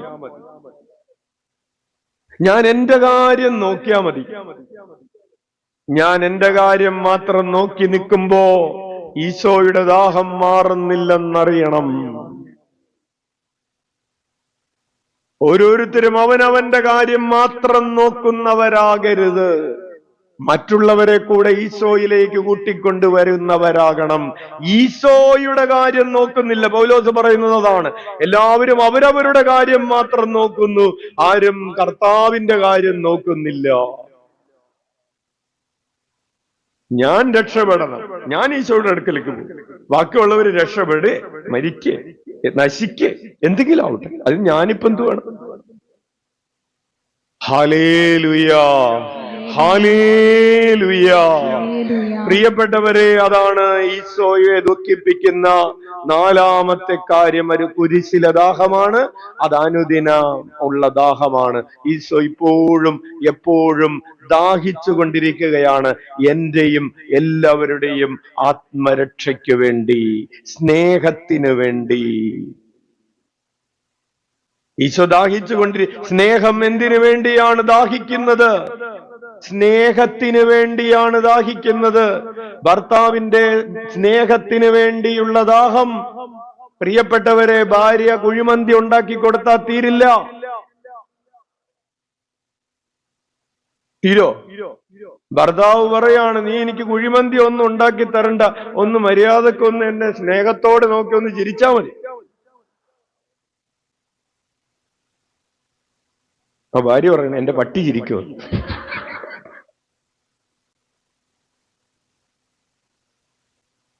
ഒരു ഭർത്താവ് ഭാര്യയായിട്ട് ഇരിക്കുകയാണ്, എന്നിട്ട് പറയാണ്, അച്ഛാ, ഞാൻ ഇവൾക്ക് ഒരു കുറവും വരുത്തിയിട്ടില്ല, 35,000 രൂപയുടെ സാരി വേണമെന്ന് പറഞ്ഞ അപ്പൊ അത് മേടിച്ചു കൊടുക്കാണ്. എന്തിനെങ്കിലും ഒരു കുറവുണ്ടോ എന്ന് ചോദിക്കേ. അപ്പൊ ഭാര്യ പറഞ്ഞു, അച്ഛാ, എനിക്ക് പണത്തിനോ വീടിനോ സമ്പത്തിനോ ആഭരണങ്ങൾക്ക് വസ്ത്രത്തിനോ ഒന്നിനും കുറവ് വന്നിട്ടില്ല, ഒന്നിനും കുറവ് വന്നിട്ടില്ല. പക്ഷേ എന്നോട് സ്നേഹത്തോടുകൂടെ ഒരു വാക്ക്, ആദരവോടുകൂടെ ഒരു വാക്ക്, ഞാൻ പറയുന്നൊരു കാര്യം ബഹുമാനത്തോടുകൂടെ ഒന്ന് കേൾക്കാൻ എന്നെങ്കിലും തയ്യാറായിട്ടുണ്ടോ എന്ന് ചോദിക്കും. എന്നെ അണിയിച്ചൊരുക്കി കൊണ്ടു നടക്കും, പക്ഷെ ഞാൻ പറയുന്ന ഒരു വാക്ക് കേൾക്കല, എന്നോട് ബഹുമാനത്തോടുകൂടെ ഒന്ന് സംസാരിക്കുകയില്ല. പ്രിയപ്പെട്ടവരെ, സ്നേഹത്തിന് വേണ്ടിയുള്ള ദാഹം 10 ലക്ഷം രൂപയുടെ ആഭരണം കിട്ടിയാൽ മാറില്ല. Hallelujah, hallelujah. അപ്പോൾ ഈശോയ്ക്ക് നമ്മൾ നമ്മുടെ സ്നേഹം കൊടുക്കുന്നുണ്ടോ? അമ്മ ത്രേസ്യ കൊടുത്തത് അമ്മ ത്രേസ്യയുടെ ഹൃദയമാണ്. അമ്മ ത്രേസ്യ പറഞ്ഞു, പൂർണ്ണമായി കൊടുക്കുക എന്നതാണ് പൂർണ്ണമായി സ്വീകരിക്കാനുള്ള വഴി. ഉച്ചത്തിൽ വിളിക്കാം, ഈശോയേ, ഈശോയേ. അഞ്ചാമതായി പ്രിയപ്പെട്ടവരെ, ഈശോയെ വേദനിപ്പിക്കുന്ന ചില കാര്യങ്ങൾ ഈശോ ഉപമകളിലൂടെയാണ് പറഞ്ഞത്. ഹൃദയത്തെ വേദനിപ്പിക്കുന്ന കാര്യം, നഷ്ടപ്പെട്ട ആടിന്റെ കാര്യം പറഞ്ഞു. ഉപമയിലൂടെ തന്റെ വേദന പറഞ്ഞതാണ്. എന്താണ് നഷ്ടപ്പെട്ട ആടെന്ന് പറഞ്ഞാൽ? വഴിതെറ്റിപ്പോയ മനുഷ്യൻ, വഴിപിഴച്ചുപോയ മനുഷ്യൻ, പാപത്തിന്റെ ചെളിക്കുണ്ടുകളിലേക്ക്, മദ്യാസക്തിയിലേക്ക്, ലഹരിയിലേക്ക്, തെറ്റായ പ്രണയബന്ധങ്ങളിലേക്കൊക്കെ നടന്നുപോയ മനുഷ്യൻ. 2 ദിവസം മുമ്പ് ഒരു അമ്മ ഒരു മിടുക്കൻ കുട്ടിയെ ആയിട്ട് വന്നിരിക്കുകയാണ്. അച്ഛനവനോട് ചോദിച്ചു, മോനെ അച്ഛനാവാൻ ആഗ്രഹമുണ്ടോ? ഈശോയുടെ കുഞ്ഞാണല്ലോ എന്നൊക്കെ പറഞ്ഞു കഴിഞ്ഞപ്പോ അമ്മ പറഞ്ഞു, ഈ കുഞ്ഞിനെയും മറ്റ് 2 കുഞ്ഞുങ്ങളെയും ഉപേക്ഷിച്ച് ഇവരുടെ അമ്മ വേറൊരാളുടെ കൂടെ ഇറങ്ങിപ്പോയി എന്ന് പറഞ്ഞു. 3 മക്കളെ ഉപേക്ഷിച്ച് അമ്മ ഇറങ്ങിപ്പോയി. പ്രിയപ്പെട്ടവരെ, നഷ്ടപ്പെട്ട ആട്, നഷ്ടപ്പെട്ട ആടാണ്. ഹല്ലേലൂയ. അതുപോലെ നഷ്ടപ്പെട്ട നാണയമാണ്. ഒരു സഹോദരൻ വന്നിരുന്ന് കരയുകയാണ്. ആറളം ഫാമിലുള്ള ഒരു സഹോദരനാണ്. 31 വയസ്സായിട്ടുള്ളവന്. അവൻ വിങ്ങിപ്പൊട്ടുകയാണ്. പറഞ്ഞു, മോനെ നീ ഒരു രാത്രിയാ വന്നിരിക്കുന്നത്, നീ നാളെ കാലത്ത് വാ, നമുക്ക് ഇരുന്ന് സംസാരിക്കും. അവൻ പിറ്റേ ദിവസം വെളുപ്പിന് വന്നു, മുറിയിൽ വന്ന് കരയാണ്. എന്താ മോനെ എന്ന് ചോദിച്ചപ്പോ അവന്റെ ഭാര്യ ഇതുപോലെ വേറൊരാളുടെ കൂടെ പോയിരിക്കുകയാണ്. അച്ഛൻ പറഞ്ഞു, മോനെ നീ ഒരു കാര്യം ചെയ്യും, നീ പോവുക, അവളുടെ വീട്ടിലേക്ക് പോകും. കണ്ണൂർ ജില്ലയിൽ തന്നെയാണ്, ഇത്തിരി ദൂരം ഉണ്ടെങ്കിൽ വീട്ടിലേക്ക് പോയിട്ട് വരാൻ പറഞ്ഞു. അങ്ങനെ പ്രിയപ്പെട്ടവരെ വിളിച്ചു, അവളെയും കൂട്ടി വന്നു. 2 പേരും കൂടി മുറിയിലിരുന്ന് വർത്താനം പറഞ്ഞ് ഈശോയെ എന്ന് വിളിച്ച് പ്രാർത്ഥിക്കാനൊക്കെ പറഞ്ഞ് എല്ലാ ദിവസവും വരാനൊക്കെ പറഞ്ഞു വിട്ടിട്ട് വന്നുകൊണ്ടിരിക്കുന്നുണ്ട്. കൈയടിച്ച് കർത്താവിനെ നന്ദി. അപ്പോൾ നഷ്ടപ്പെട്ട നാണയം എന്ന് പറയുന്നത് നമ്മളുടെ വീട്ടിലാണെന്ന്, നഷ്ടപ്പെട്ട ആടെന്ന് പറയുന്നത് നമ്മുടെ വീട്ടിൽ തന്നെയാണ്. അതുപോലെ ഈ നഷ്ടപ്പെട്ടു പോകുന്ന മകൻ, പടിയിറങ്ങിപ്പോയ മകൻ, മകൾ, ഇതൊക്കെ ഈശോയെ വേദനിപ്പിക്കുകയാണ്. നീ നിന്റെ കർത്താവിന്റെ ഹൃദയത്തിൽ നിന്ന് പടിയിറങ്ങിപ്പോയി. നമ്മുടെ ആത്മപരിശോധനയ്ക്കുള്ള ഒരു ചോദ്യം ഇതാണ്: ഞാൻ ഇന്ന് എന്റെ കർത്താവിന്റെ ഹൃദയത്തിന്റെ അകത്താണോ, ഹൃദയത്തിന്റെ പുറത്താണോ? ഞാൻ ജീവിക്കുന്നത് എന്റെ കർത്താവിന്റെ തിരുഹൃദയത്തിന്റെ ഉള്ളിലാണോ, അല്ലെങ്കിൽ അതിന്റെ പടിക്ക് പുറത്താണോ? കടക്ക് പുറത്താണോ? ഹല്ലേലൂയ. നിന്റെ വാസം എവിടെയാണ്? Price the Lord. Hallelujah, hallelujah. പ്രിയപ്പെട്ടവരെ, മത്തായിയുടെ സുവിശേഷം 9-ാം അധ്യായം 36-ാമത്തെ തിരുവചനം. മത്തായിയുടെ സുവിശേഷം 9-ാം അധ്യായം 36-ാമത്തെ തിരുവചനം എടുത്തു വായിക്കാം. ജനക്കൂട്ടങ്ങളെ കണ്ടപ്പോൾ യേശുവിന് അവരുടെ മേൽ അനുകമ്പ തോന്നി. അവർ ഇടയനില്ലാത്ത ആടുകളെ പോലെ പരിഭ്രാന്തരും നിസ്സഹായരുമായിരുന്നു. വലതുകരമുയർത്തി വീശിക്കൊണ്ട് പറയാം, ജനക്കൂട്ടങ്ങളെ കണ്ടപ്പോൾ യേശുവിന് അവരുടെ മേൽ അനുകമ്പ തോന്നി. അവർ ഇടയനില്ലാത്ത ആടുകളെ പോലെ പരിഭ്രാന്തരും നിസ്സഹായരുമായിരുന്നു. ഇടയനില്ലാത്ത ആടുകളെ പോലെ. എന്ത് കഴിയാതെ എന്ത് ചെയ്യണമെന്നറിഞ്ഞുകൂടാ. ജീവിതത്തിന്റെ ചില സമയങ്ങളുണ്ട്, എന്ത് ചെയ്യണമെന്നറിഞ്ഞുകൂടാ. ഒരു കല്യാണം ഉറപ്പിച്ചു. കല്യാണം ഉറപ്പിച്ചതിന് ശേഷം ഇനി ഏകദേശം ഉറപ്പിച്ചിട്ടുണ്ട്. ഉറപ്പിച്ചു കഴിഞ്ഞപ്പോഴാണ് അവൻ പറയുന്നത്, എനിക്ക് ഇത്തിരി മദ്യപാനമൊക്കെ ഉണ്ട്. അപ്പൊ ഇവള് ചോദിച്ചു, അത് ഒന്ന് കുറക്കാൻ പറ്റുമോ? കുറക്കാൻ പറ്റുമെന്ന് നിനക്ക് വാക്കൊന്നും തരാൻ പറ്റില്ല. ചിലപ്പോ കുറയും, ചിലപ്പോ കൂടും. അത് ക്ലൈമറ്റ് അനുസരിച്ചിരിക്കും. അതൊരു മൂഡ് അനുസരിച്ചിരിക്കും. അപ്പോൾ ഇത് ഏകദേശം ഉറപ്പിച്ചിരിക്കുക. ഇപ്പോൾ ഇവൾക്ക് എന്ത് ചെയ്യണമെന്ന് അറിഞ്ഞുകൂടാ. ഒരു കല്യാണം ഉറപ്പിച്ചു. അപ്പോഴാണ് ഫോൺ കോൾ വരുന്നത്, നിങ്ങൾ കല്യാണം കഴിക്കാൻ പോകുന്ന ആള് അത്ര വെടിപ്പല്ല. എന്താണ് തെളിവ്? അവന് വേറൊരു ബന്ധമുണ്ട്. എന്താണ് തെളിവ്? എന്റെ കയ്യിൽ ഫോട്ടോയുണ്ട്. ആ ഫോട്ടോ ഇപ്പൊ അയച്ചു തരാം. ഉറപ്പിച്ചു വെച്ച കല്യാണമാണ്. എല്ലാം അന്വേഷിച്ച് എല്ലാ വിളിയൊക്കെ തുടങ്ങിയും ചെയ്തു. ഇനി എന്തു ചെയ്യും? ഈ പറയുന്നത് സത്യമാണോ വ്യാജമാണോ? ഇടയനില്ലാത്ത ആടുകളെ പോലെ എന്ത് ചെയ്യണമെന്നറിയാൻ കഴിയാതെ, പ്രിയപ്പെട്ടവരെ, നമ്മളുടെ ജീവിതത്തിൽ ഇതുപോലെ എന്ത് ചെയ്യണമെന്നറിയാൻ കഴിയാതെ പകച്ചു നിൽക്കുന്ന സമയങ്ങളുണ്ടേ. ഒരു മകൾ കഴിഞ്ഞ ദിവസം പറഞ്ഞു, അവൾക്ക് ഒരു റിലേഷൻഷിപ്പ് ഉണ്ടായിരുന്നു. അങ്ങനെ റിലേഷൻഷിപ്പ് ഉണ്ടായിരുന്നു. അത് നല്ല രീതിയിൽ മുന്നോട്ട് പോവുകയായിരുന്നു. വിദേശത്താണ്. അങ്ങനെ അവൻ നാട്ടിൽ അവധിക്ക് വന്നു. നാട്ടിൽ അവധിക്ക് വന്നതിന് ശേഷം അവൾക്ക് അവളുടെ കൂട്ടുകാരികളാരോ ഒരു ഫോട്ടോ അയച്ചു കൊടുത്തു. എന്താണ്? അവൻ വേറൊരു പെൺകുട്ടിയുമായി വിവാഹമുറപ്പിച്ചിരിക്കുന്നു. അതിന്റെ ഫിക്സേഷന്റെ ഫോട്ടോയാണ്. അവൻ കല്യാണം കഴിക്കുമെന്നൊക്കെ വിചാരിച്ചിരിക്കുകയാണ്. കുറച്ചുകൂടെ പറയാം. അങ്ങനെ വിചാരിച്ച് മുന്നോട്ട് പോയിക്കൊണ്ടിരിക്കുകയായിരുന്നു. എത്ര മതി. Hallelujah, hallelujah. ഇനി എനിക്കൊരു ജീവിതമുണ്ടോ എന്ന് ചിന്തിക്കുന്ന രീതിയിൽ വരെ കൊച്ചെത്തി നിൽക്കുകയാണ്. ഇടയനില്ലാത്ത ആടുകളെ പോലെ പരിഭ്രാന്തരായി തീരുന്ന മനുഷ്യരെ കുറിച്ച് ഈശോ വേദനിക്കുകയാണ്. നഷ്ടപ്പെട്ട ആട്, നഷ്ടപ്പെട്ട നാണയം, ഇറങ്ങിപ്പോയ മകൻ. Hallelujah, hallelujah, hallelujah. പ്രിയപ്പെട്ടവരെ, ഈശോയെ വേദനിപ്പിക്കുന്ന ചില കാര്യങ്ങളാണ് നമ്മൾ ഇപ്പോൾ പറഞ്ഞു നിർത്തിയത്. ഇത്രയും മതി. ഇനി ഈശോയെ എന്ത് ആശ്വസിപ്പിക്കും? അതാണ് ഈ നാണയത്തിന്റെ മറുപുറം എന്ന് പറയുന്നത്. അമ്മ ത്രേസ്യ പറഞ്ഞു, പാപികളുടെ മാനസാന്തരത്തിനായി അമ്മ ത്രേസ്യ തന്റെ ശാരീരിക രോഗങ്ങളും തന്റെ ഉപവാസവും പരിത്യാഗവും എല്ലാം കാഴ്ചവെച്ചു. Praise the Lord, praise the Lord.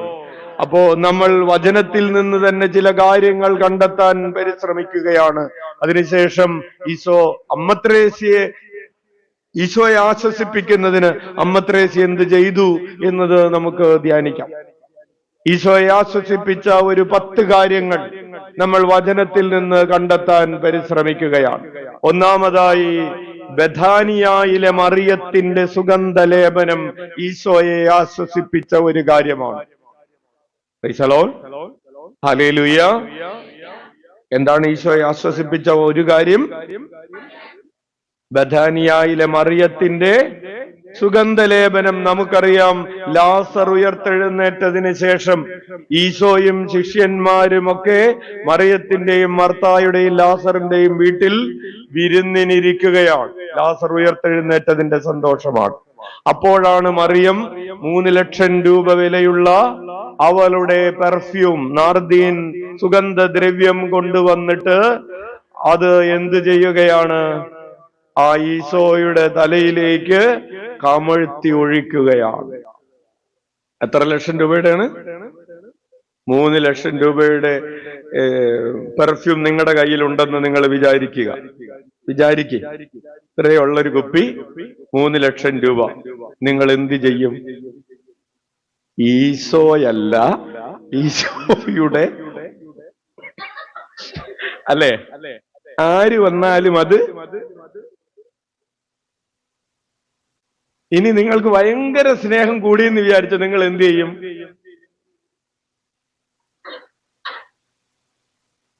എന്നിട്ട് പറയും, വലിച്ചു നോക്കിയെന്ന് പറയും.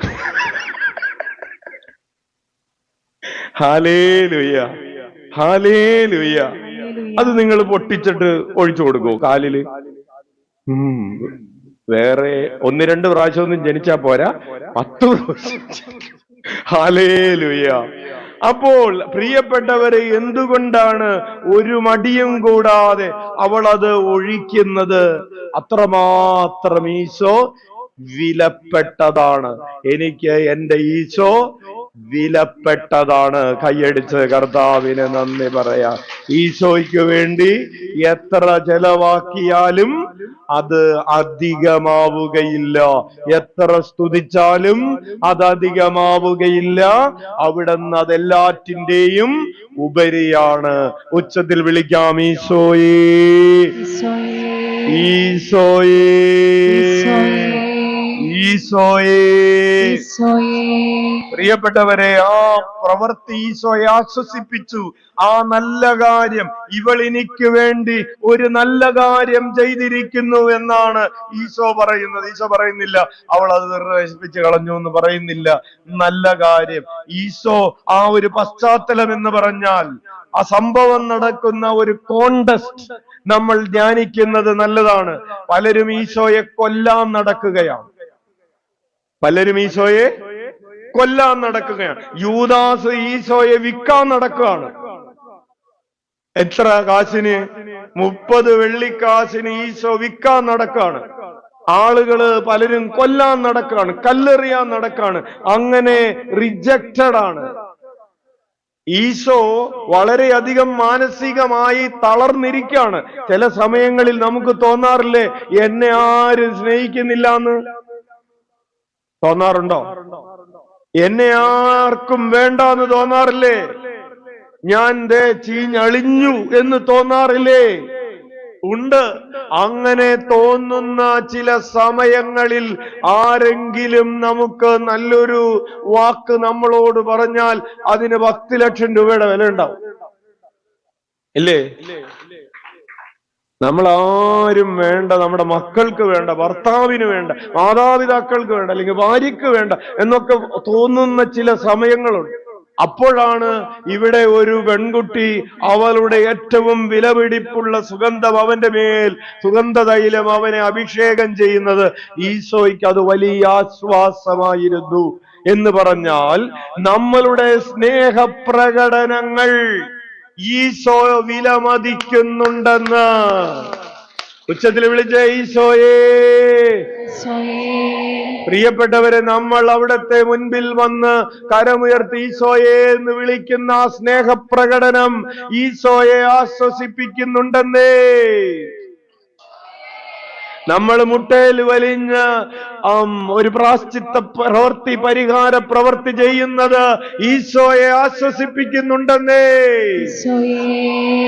നമ്മൾ അവിടുത്തെ മുൻപിൽ തുള്ളിച്ചാടി സ്തുതിച്ചാരാധിക്കുന്നത് അവിടത്തെ ആശ്വസിപ്പിക്കുന്നുണ്ടെന്നേ. നമ്മൾ ഉരുൾ നേർച്ച നടത്തി പാപപരിഹാരം ചെയ്ത് പ്രാർത്ഥിക്കുന്നത് അവിടത്തേക്ക് ആശ്വാസമാണെന്നേ. അപ്പോൾ ഈശോയുടെ അടുക്കലേക്ക് വരുന്നതും ഈശോയെ ആശ്വസിപ്പിക്കുന്നത്, ഈശോയോടുള്ള സ്നേഹം നമ്മൾ പ്രകടിപ്പിക്കുന്നത് ഈശോയ്ക്ക് ആശ്വാസദായകമാണ്. ഹല്ലേലൂയ എന്ന് പറഞ്ഞാൽ ഈശോ എനിക്ക് മാന്യമായി ഒരു മൃതസംസ്കാരം പോലും കിട്ടില്ല. എന്നെ അവര് കുരിശിൽ തറച്ച് കൊല്ലും. കുരിശിൽ തറച്ച് കൊന്നാൽ പ്രിയപ്പെട്ടവരെ എന്താണ് സംഭവിക്കുന്നത്?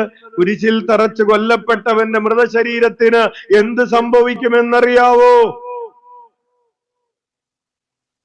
കുരിശിൽ തറച്ച് കൊല്ലപ്പെട്ടവന്റെ മൃതശരീരത്തിന് സാധാരണ രീതിയിൽ എന്താണ് സംഭവിച്ചുകൊണ്ടിരുന്നത്? അതവിടെ ഇങ്ങനെ തൂങ്ങിക്കിടക്കും. തൂങ്ങിക്കിടക്കുമ്പോ കഴുകന്മാര് വരും. കഴുകന്മാര് വന്ന് ഈ ശരീരത്തെ കൊത്തിവലിച്ച് അവിടെ ഇങ്ങനെ അസ്ഥി കഷണം മാത്രമായിട്ട് ആ ശരീരം ഇങ്ങനെ അസ്ഥി മാത്രമായിട്ട് കിടക്കും. അതാണ് കുരിശിൽ തൂക്കിക്കൊല്ലപ്പെട്ടവന്റെ മൃതസംസ്കാരം. അപ്പോ എനിക്ക് മാന്യമായ ഒരു മൃതസംസ്കാരം പോലും കിട്ടില്ല. കഴുകന്മാര് വന്ന് എന്റെ ശരീരം കൊത്തി വലിക്കും. അപ്രകാരം ഒരു സാഹചര്യത്തിന്റെ മുമ്പിൽ നിൽക്കുന്ന ഈശോയ്ക്ക് ഇവളുടെ സ്നേഹപ്രകടനം ആശ്വാസമായി. ഈശോ പറഞ്ഞു, മൃതസംസ്കാരത്തിന് വേണ്ടി അവൾ ഇത് ചെയ്തതാണെന്ന് ഞാൻ കരുതിക്കൊള്ളട്ടെ. Hallelujah, hallelujah, hallelujah. പ്രിയപ്പെട്ടവരെ, അവൾ അത് ചെയ്തത് ഈശോയിൽ നിന്ന് ഇനി എന്തെങ്കിലും കിട്ടുമെന്ന് വിചാരിച്ചിട്ടാണോ? ആണോ? അല്ല. നമ്മൾ തിരി കത്തിക്കുന്നത് എന്തിനാണ്?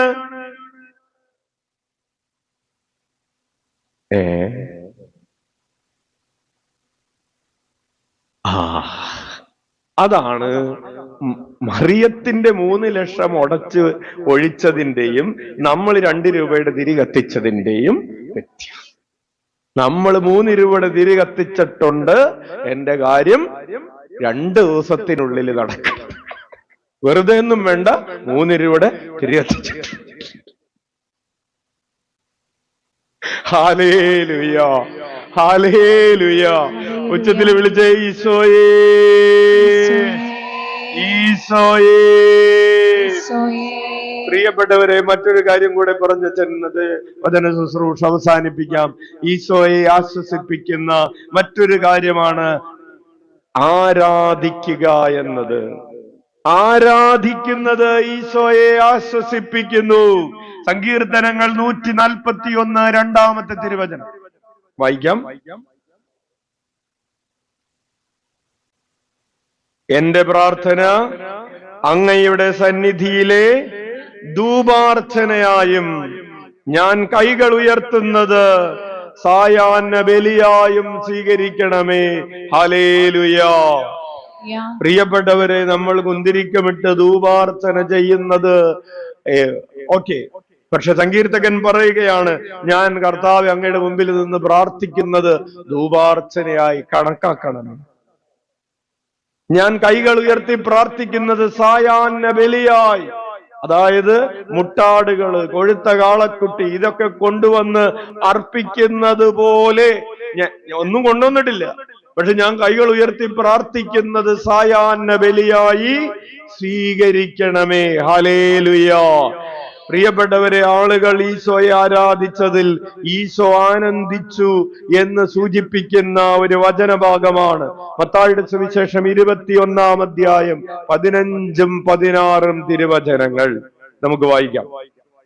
അവൻ ചെയ്ത വിസ്മയകരമായ പ്രവൃത്തികളെയും ദാവീദിന്റെ പുത്രന് ഹോസാന എന്നുദ്ഘോഷിച്ച് ദേവാലയത്തിൽ ആർപ്പ് വിളിക്കുന്ന കുട്ടികളെയും കണ്ടപ്പോൾ പ്രധാന പുരോഹിതന്മാരും നിയമജ്ഞരും രോക്ഷാകുലരായി. ഒരു മിനിറ്റ് ഒന്ന് നിന്നേ. കുട്ടികൾ എന്താണ് ചെയ്തത്? ആളുകൾ എന്താണ് ചെയ്തത്? ഈശോ ചെയ്ത കാര്യങ്ങളെ ഓർത്ത് ദാവീദിന്റെ പുത്രൻ ഹോസാന എന്നുദ്ഘോഷിച്ചു എന്ന് പറഞ്ഞാൽ ആരാധിച്ചു. ഹല്ലേലൂയ, ഹല്ലേലൂയ എന്ന് പറഞ്ഞ് ദേവാലയത്തിൽ ആർപ്പ് വിളിക്കുന്ന കുട്ടികള്, ആരാധിക്കുന്ന ആളുകള്, ആരാധിക്കുന്ന കുട്ടികളെ ഒക്കെ കണ്ടപ്പോൾ കുറച്ച് ആളുകൾക്ക് അത് ഇഷ്ടപ്പെട്ടില്ല. നിങ്ങൾ എന്തിനാണ് ഇത്രയും ഒച്ചയിൽ ഈശോയെ എന്ന് വിളിക്കുന്നത്? ഈശോയ്ക്ക് കേൾക്കാൻ പാടില്ല. ഇങ്ങനെ എപ്പോഴും ഇങ്ങനെ ആരാധിച്ച് പ്രാർത്ഥിക്കേണ്ട ആവശ്യമൊക്കെ ഉണ്ടോ? മാസത്തിൽ 1 പ്രാവശ്യമൊക്കെ പോരെ എന്നൊക്കെ അപ്പൊ അവര് രോക്ഷാകുലര്, ദേഷ്യം വന്നു. കർത്താവിനെ ആരാധിക്കുന്ന സീൻ കണ്ടപ്പോൾ ചില ആളുകൾക്ക് എന്തു വന്നു? ദേഷ്യം വന്നു. അങ്ങനെയുണ്ട്. വീട്ടിൽ പ്രാർത്ഥിക്കുന്നത് കാണുമ്പോൾ പിശാച് ഇളകുന്ന ചില ആളുകളുണ്ട്. ദേഷ്യം വരും. Hallelujah, hallelujah. അവർ അവനോട് പറഞ്ഞു, ഇവരെന്താണ് പറയുന്നതെന്ന് നീ കേൾക്കുന്നില്ലേ? യേശു പറഞ്ഞു, ഉവ്വ്, ശിശുക്കളുടെയും മുല കുടിക്കുന്നവരുടെയും അതരങ്ങളിൽ നീ സ്തുതി ഒരുക്കി എന്ന് നിങ്ങൾ ഒരിക്കലും വായിച്ചിട്ടില്ലേ? ഹല്ലേലൂയ. ഇനി ഇവര് മിണ്ടാതിരുന്ന കല്ലുകൾ ആർപ്പ് വിളിക്കും. പലരുടെയും കുടുംബങ്ങളിൽ കല്ലുകൾ ആർപ്പ് വിളിക്കുകയാണ്. കർത്താവിനെ ആരാധിക്കാൻ മനസ്സില്ലാത്തത് കൊണ്ട് കല്ലുകൾ ആർപ്പ് വിളിക്കുകയാണ്. ഹല്ലേലൂയ. അപ്പോൾ ഈശോ പറഞ്ഞു വെക്കുന്നത് എന്താണ് പ്രിയപ്പെട്ടവരെ? അവരുടെ ആരാധന എന്നെ ആശ്വസിപ്പിക്കുന്നു, എന്നെ സന്തോഷിപ്പിക്കുന്നു. ഹല്ലേലൂയ. ഹല്ലേലൂയ. മത്തായിയുടെ സുവിശേഷം 28-ാം അധ്യായം 9-ഉം 10-ഉം തിരുവചനങ്ങൾ. ഉദ്ധാനം ചെയ്ത ഈശോ പ്രത്യക്ഷപ്പെടുന്ന ഒരു സീനാണ്. വായിക്കാം. അപ്പോൾ യേശു എതിരെ വന്ന് അവരെ അഭിവാദനം ചെയ്തു. അവർ അവനെ സമീപിച്ച് പാദങ്ങളിൽ കെട്ടിപ്പിടിച്ച് ആരാധിച്ചു. കൈയടിച്ച് കർത്താവിന് നന്ദി പറയാം. അപ്പോൾ ഉദ്ധിതനായ ഈശോ ആഗ്രഹിക്കുന്ന ഒരു കാര്യമാണ്, അവർ എന്നെ ആരാധിക്കണം. Hallelujah, hallelujah. ഹെബ്രായർക്ക് എഴുതിയ ലേഖനം 13-ാം അധ്യായം 15-ഉം 16-ഉം തിരുവചനങ്ങൾ. ഹെബ്രായർക്ക് എഴുതിയ ലേഖനം 13-ാം അധ്യായം 15-ഉം 16-ഉം തിരുവചനങ്ങൾ. അവനിലൂടെ നമുക്ക് എല്ലായ്പ്പോഴും ദൈവത്തിന് സ്തുതിയുടെ ബലി, അവന്റെ നാമത്തെ ഏറ്റുപറയുന്ന അധരങ്ങളുടെ ഫലങ്ങൾ അർപ്പിക്കാം. Hallelujah, hallelujah. അപ്പോൾ നമ്മൾ നമ്മളുടെ അധര ഫലം അർപ്പിക്കുന്നത്, സ്തുതിയുടെ ബലി അർപ്പിക്കുന്നത്, ആരാധിക്കുന്നത്, മഹത്വപ്പെടുത്തുന്നത്, കർത്താവേ അങ്ങേ ഞങ്ങൾ ആരാധിക്കുന്നു, അങ്ങേ ഞങ്ങൾ മഹത്വപ്പെടുത്തുന്നു എന്ന് പറയുന്നത് കർത്താവിന് പ്രീതികരമാണ്. ഈശോ തന്നെ പറഞ്ഞു, മത്തായിയുടെ സുവിശേഷം 18-ാം അധ്യായം 20-ാമത്തെ തിരുവചനം, മാത്യു ചാപ്റ്റർ 18 വേഴ്സ് 20, 18-20 വായിക്കാം. എന്തെന്നാൽ 2 or 3 പേർ എന്റെ നാമത്തിൽ ഒരുമിച്ച് കൂടുന്നിടത്ത് അവരുടെ മധ്യേ ഞാൻ ഉണ്ടായിരിക്കും. വലതുകരം ഉയർത്തി വീശിക്കൊണ്ട് പറയാം, 2 or 3 പേർ എന്റെ നാമത്തിൽ ഒരുമിച്ച് കൂടുന്നിടത്ത് അവരുടെ മധ്യേ ഞാനുണ്ടായിരിക്കും. ഹല്ലേലൂയ. പ്രിയപ്പെട്ടവരെ, 2 or 3 പേർ ഒരുമിച്ച് കൂടുന്നത് എന്തിനാണ്?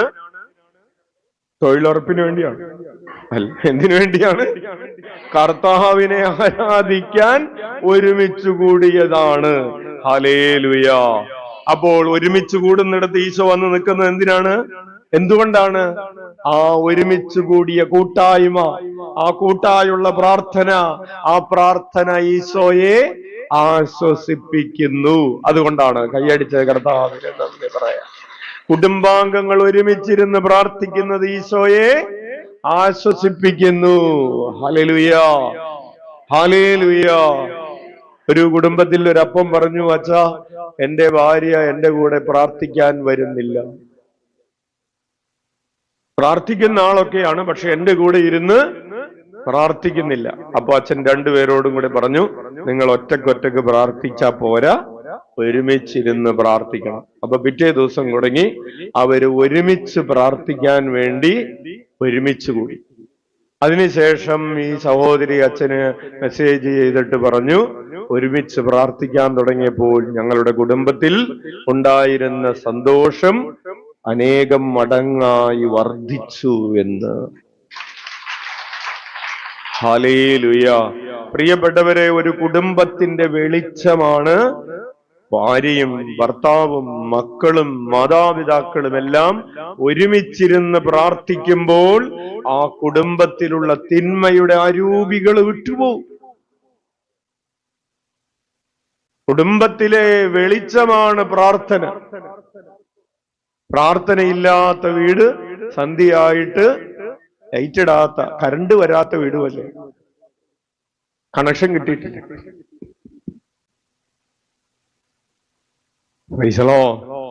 അത് നിങ്ങൾ രാത്രി എല്ലാ ദിവസവും ലൈറ്റ് ഇടുവോ, അല്ലെങ്കിൽ ഇടക്കിടക്ക് ലൈറ്റ് ഇടുള്ളൂ? ചില ആളുകൾ ഒന്നരാടമാണ് ലൈറ്റ് ഇടുക. എന്ന് പറഞ്ഞാൽ കുടുംബത്തിൽ പ്രാർത്ഥനയില്ല. പ്രാർത്ഥിക്കുന്ന ഹൃദയത്തിലാണ്, പ്രാർത്ഥിക്കുന്ന ഭവനത്തിലാണ് പ്രാർത്ഥനയുടെ വെളിച്ചം ഉണ്ടാകുന്നത്. Hallelujah, hallelujah. അപ്പോൾ ഒരു സഹോദരി ജോലിയും ഒക്കെ ആയിട്ട് ബന്ധപ്പെട്ടാണ് ഒരുമിച്ച് പ്രാർത്ഥനയോട് താല്പര്യമില്ലാതിരുന്നത് കൊണ്ടൊന്നുമല്ല, പ്രാർത്ഥിക്കാനൊക്കെ താല്പര്യവും തീക്ഷ്ണതയൊക്കെ ഉള്ളതാണ്. പക്ഷെ ജോലി ഉള്ളത് കൊണ്ട്, പല ജോലികളിൽ വ്യാപൃതയായതുകൊണ്ട് ഒരുമിച്ച് പ്രാർത്ഥിക്കാൻ പക്ഷെ തീരുമാനമെടുത്തു, ഞങ്ങൾ ഇനി ഒരുമിച്ച് പ്രാർത്ഥിക്കും. എന്ത് മാറ്റിവെച്ചിട്ടാണെങ്കിലും കുഴപ്പമില്ല. നമ്മൾ ഈ ആള് ചത്ത് മീൻ പിടിക്കാൻ പോയിട്ട് കാര്യമില്ല എന്ന് സണ്ണിച്ചേട്ടൻ പറയാറുണ്ട്. Hallelujah, price the Lord. അപ്പോൾ നമ്മൾ കർത്താവിന്റെ ഈ ലോകം മുഴുവൻ നേടിയാലും നമ്മുടെ ആത്മാവ് നശിച്ചു പോയാൽ അതുകൊണ്ട് എന്ത് പ്രയോജനം? എല്ലാം നേടി, പക്ഷെ ആത്മാവ് നഷ്ടപ്പെട്ടു പോയി. Hallelujah, hallelujah. ഈശോ പറയുകയാണ്, യോഹന്നാന്റെ സുവിശേഷം 4-ാം അധ്യായം 23-ഉം 24-ഉം തിരുവചനങ്ങൾ. യോഹന്നാന്റെ സുവിശേഷം 4-ാം അധ്യായം 23-ഉം 24-ഉം തിരുവചനങ്ങൾ വായിക്കാം. എന്നാൽ യഥാർത്ഥ ആരാധകർ ആത്മാവിലും സത്യത്തിലും പിതാവിനെ ആരാധിക്കുന്ന സമയം വരുന്നു, അല്ല അതിപ്പോൾ തന്നെയാണ്. യഥാർത്ഥത്തിൽ അങ്ങനെയുള്ള ആരാധകരെ തന്നെയാണ് പിതാവ് അന്വേഷിക്കുന്നതും. ദൈവം ആത്മാവാണ്, അവിടുത്തെ ആരാധിക്കുന്നവർ ആത്മാവിലും സത്യത്തിലുമാണ് ആരാധിക്കേണ്ടത്. കൈയടിച്ച് നന്ദി പറയാം. ഹല്ലേലൂയ. അപ്പോൾ നമ്മൾ ആത്മാവിലും സത്യത്തിലും ആരാധിക്കണമെന്ന് ഈശോ പറയുന്നത് എന്തുകൊണ്ടാണ്? നമ്മൾ ആരാധിക്കുന്നത് ഈശോയെ ആശ്വസിപ്പിക്കുന്നു. ഉച്ചത്തിൽ വിളിക്കാം, ഈശോയെ. അപ്പോൾ ആരാധനയില്ലാത്ത കുടുംബം എന്ത് കുടുംബമാണ്? ഈശോയ്ക്ക് ആശ്വാസമില്ലാത്ത കുടുംബമാണ്. പ്രാർത്ഥനയില്ലാത്ത കുടുംബം ഈശോയ്ക്ക് ആശ്വാസമില്ലാത്ത കുടുംബമാണ്. പ്രാർത്ഥനയില്ലാത്ത ഹൃദയം ഈശോയ്ക്ക് ആശ്വാസമില്ലാത്ത. അപ്പോൾ അതുകൊണ്ട് പ്രിയപ്പെട്ടവർ, വ്യക്തിപരമായി നമ്മൾ നടക്കുമ്പോഴും ഒറ്റക്കായിരിക്കുമ്പോഴും ഒക്കെ ഈശോയെ എന്ന് വിളിച്ച് പ്രാർത്ഥിക്കാം. വണ്ടിയിലിരുന്ന് ഒറ്റയ്ക്ക് യാത്ര ചെയ്യുമ്പോൾ സ്തുതിച്ച് പ്രാർത്ഥിക്കാം. വണ്ടി എവിടെ ഇരുന്ന് പ്രാർത്ഥിക്കണമെന്നൊന്നുമില്ല, നമുക്ക് എവിടെയും ഇരുന്ന് പ്രാർത്ഥിക്കാം. വാഹനങ്ങളിലായിരിക്കുമ്പോൾ ഒറ്റയ്ക്കിരുന്ന് പ്രാർത്ഥിക്കുക, ഒരുമിച്ച് പ്രാർത്ഥിക്കുക. എപ്പോഴും നമ്മളുടെ ഹൃദയം ആരാധനയുടെ ഹൃദയമായിരിക്കുമ്പോൾ ഈശോ നമ്മളിൽ ആശ്വാസം കണ്ടെത്തും. പ്രിയപ്പെട്ടവരെ, ഒരു കാര്യം കൂടെ പറഞ്ഞ് അവസാനിപ്പിക്കാം. ഈശോ നമ്മളിൽ ആശ്വാസം കണ്ടെത്തുമ്പോഴാണ് യഥാർത്ഥത്തിൽ നമുക്ക് ആശ്വാസം ഉണ്ടാകും. നമുക്ക് യഥാർത്ഥത്തിൽ ആശ്വാസം ഉണ്ടാകണമെങ്കിൽ എന്ത് വേണം? ഈശോ നമ്മളിൽ ആശ്വാസം കണ്ടെത്തണം. ഒരു ഉദാഹരണം പറയാം. ഇപ്പൊ നമ്മള് ഒരു വാഹനത്തിൽ യാത്ര ചെയ്യാണെന്ന് വിചാരിച്ചോ. ഇവിടെ നിന്ന് കണ്ണൂര് വരെ പോവാണ്. ഇവിടെ നിന്ന് കണ്ണൂര് വരെ പോകുമ്പോ ലോകകാര്യങ്ങൾ മുഴുവനും പറഞ്ഞ് വർത്താനം പറഞ്ഞ് അവിടെ എത്തും. അവിടെ നിന്ന് തിരിച്ച് വീണ്ടും ലോകകാര്യങ്ങൾ, ഒരു ഫ്ലെക്സ് കണ്ട പിന്നെ അതിനെക്കുറിച്ചായി. പിന്നെ ഒരുത്തൻ വണ്ടി, ഒരു ബൈക്കായിട്ട് മുമ്പിൽ കൂടെ സ്പീഡിൽ പോയി കഴിഞ്ഞാൽ പിന്നെ അവനെ കുറിച്ചായി. അങ്ങനെ കാണുന്നതിനെ കുറിച്ച് പോണാട്ടില്ല, അവൻ പോയിക്കോട്ടെ, നിങ്ങൾ കേടിച്ച് അവന് വണ്ടി കയറ്റണ്ട. അപ്പോ അങ്ങനെ ഈ ലോക കാര്യങ്ങൾ മുഴുവനും പറഞ്ഞ് തിരിച്ച് കണ്ണൂരിൽ ഇവിടെ എത്തി. ഇവിടെ എത്തുമ്പോഴേക്കും നമ്മളൊരു വടി പോയ പോലെ ആള് തുണി പോലെ പോകുന്നെന്ന്. ഹല്ലേലൂയ. നിങ്ങൾ അതിന് പകരം ഇവിടെ നിന്ന് കണ്ണൂര് വരെ ഒരു ജപമാല ചൊല്ലി 2-3 ജപമാല ചൊല്ലി പോവുക, തിരിച്ചിങ്ങോട്ട് വരിക. നിങ്ങളുണ്ടല്ലോ ഇവിടെ നിന്ന് പോയതിനേക്കാളും ഫ്രഷായിട്ട് തിരിച്ചു. എന്താ കാര്യം? അതാണ് ഈ ആരാധിക്കുന്നവരുടെ ഹൃദയത്തിൽ ഈശോ ആശ്വാസം കണ്ടെത്തും. ഈശോ ആശ്വാസം കണ്ടെത്തി കഴിയുമ്പോൾ നമുക്ക് യഥാർത്ഥത്തിൽ ആശ്വാസമുണ്ടാകും. കൈയടിച്ച് കർത്താവേ. ഹല്ലേലൂയ. അതുപോലെ തന്നെ പ്രാർത്ഥിക്കുന്ന ഒരു കുടുംബത്തിൽ ഈശോ ആശ്വാസം കണ്ടെത്തും. പ്രാർത്ഥിക്കുന്ന കുടുംബത്തിൽ പ്രശ്നം ഉണ്ടാവില്ല എന്നല്ല, പ്രാർത്ഥിക്കുന്നവരുടെ കുടുംബത്തിൽ രോഗം ഉണ്ടാവില്ല എന്ന് പറഞ്ഞിട്ടില്ല. പ്രാർത്ഥിക്കുന്നവരുടെ കുടുംബത്തിൽ ദാരിദ്ര്യവും പ്രശ്നങ്ങളും ഒക്കെ ഉണ്ടാവും. പക്ഷേ അതിന്റെ നടുവിലും, അഗ്നികുണ്ഡത്തിന്റെ നടുവിലും നീ ആശ്വാസം കണ്ടെത്തും. ഉച്ചത്തിൽ വിളിക്കാം, ഈശോയേ, ഈശോയേ. ജോലി കിട്ടാത്തപ്പോഴും ഒരു ആശ്വാസം ഉണ്ടാകും. കല്യാണം നടക്കാത്തപ്പോഴും ആശ്വാസം ഉണ്ടാകും. രോഗം മാറാത്തപ്പോഴും ആശ്വാസമുണ്ടാകും. Hallelujah, hallelujah. നമുക്ക് കണ്ണുകളടക്കാം ഒരു നിമിഷം. നമ്മൾ ഈ 1 മണിക്കൂർ നേരം ധ്യാനിച്ച വചനങ്ങൾ ഈശോയെ വേദനിപ്പിക്കുന്ന കാര്യങ്ങളെ കുറിച്ച്, ഈശോയെ ആശ്വസിപ്പിക്കുന്ന കാര്യങ്ങളെ കുറിച്ചൊക്കെയുള്ള ഈ വചന വിചിന്തനം നമ്മുടെ ഹൃദയത്തിൽ ആഴത്തിൽ പതിയട്ടെ. ഇത് 100 മേനി ഫലം പുറപ്പെടുവിക്കാൻ ഇടവരട്ടെ.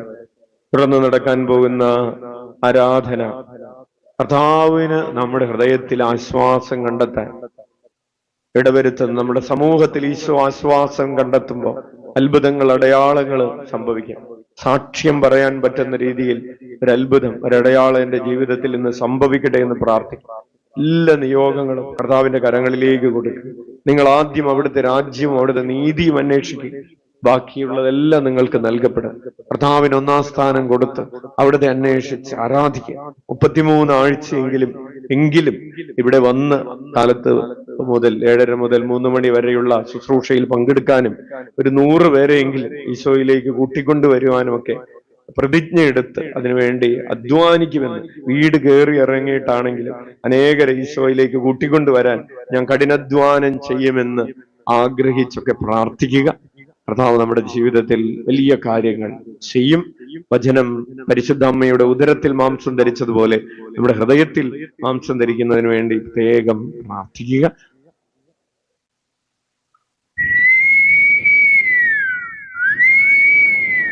പരിശുദ്ധാത്മാവിന്റെ ശക്തമായ അഭിഷേകം നമ്മൾ ഓരോരുത്തരിലും വന്ന് നിറയാൻ, പരിശുദ്ധാത്മാവിനെ നയിക്കപ്പെടാൻ ഞാനും എൻ്റെ കുടുംബവും എൻ്റെ മക്കളൊക്കെ പരിശുദ്ധാത്മാവിനെ നയിക്കപ്പെടുന്നവരായി തീരാനായിട്ട് ആഗ്രഹിച്ച് പ്രാർത്ഥിക്കട്ടെ.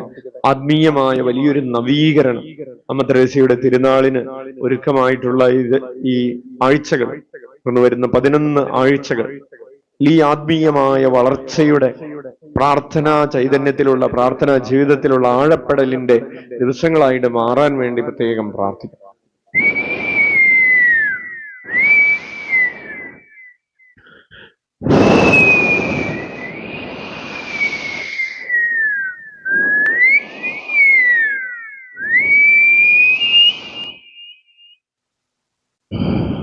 നമുക്ക് എഴുന്നേറ്റ് നിൽക്കാം.